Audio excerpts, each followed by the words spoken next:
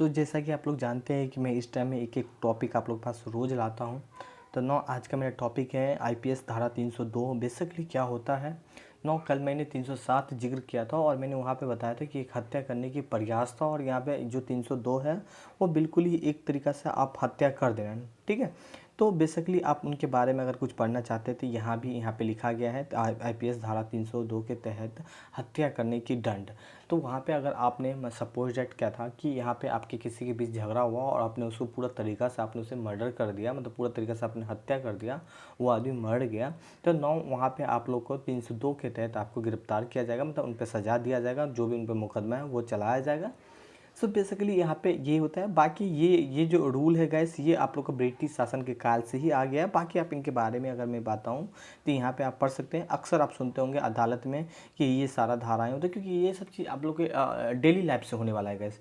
कि आप लोग सुनते होंगे कि भाई उसने किसी को मर्डर कर दिया, तो आप समझ जाना कि यहाँ पे उसके जो केस बनेगा उसमें 302 के तहत आपको गिरफ्तार किया जाएगा। बाकी सज़ा देने का काम किसका है, तो एक न्याय का है, ठीक है। तो ये बात कोर्ट में जाएगी। बाकी यहाँ पे इनके बारे में पूरा डिटेल लिखा गया है कि भारत में ब्रिटिश शासन के दौरान ही 1862 में इसे लागू कर दिया गया था। बेसिकली जैसे कि आप लोग नहीं समझते होंगे तो समझ जाइए कि 1862 में ही इसे लागू कर दिया गया था।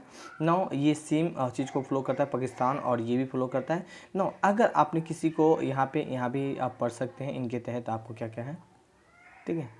और यहाँ भी आप पढ़ सकते हैं धारा 302 का दायरा क्या क्या है। अगर आपने यहाँ पे लिखा है भारतीय दंड संहिता धारा 302 हत्या का प्रावधान है, मतलब आपने हत्या किया उनका प्रावधान है। इस धारा के अनुसार कोई भी हत्या करता है निम्नलिखित सजाओं का दंडित किया जाता है। जस्ट लाइक अगर मैं बात करूँ तो उनको मौत, सबसे पहले उन्हें फांसी पे सज़ा दिया जाता है, या आजीविक कारावास, या जो दोषियों को भी जुर्माना देना होगा।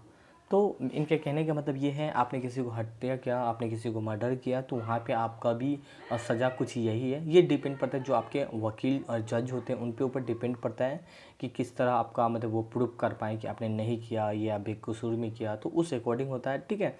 तो वहाँ पे आपको आजीविक मतलब आपको पूरी लाइफ, जो भी आपका लाइफ बचा है वो सारा जेल में बीतेगा।